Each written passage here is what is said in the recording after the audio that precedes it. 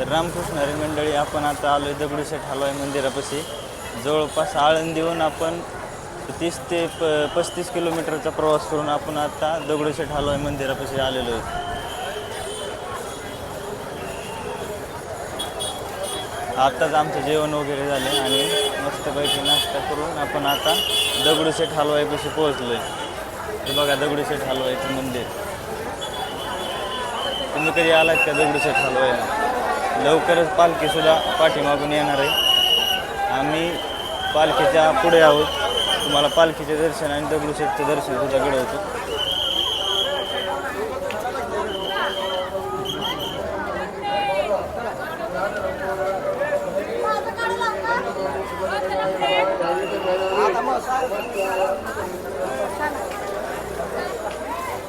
मंडळी, तुम्ही कधी दगडूशेठला आलात तर नक्की एकदा भेट द्या.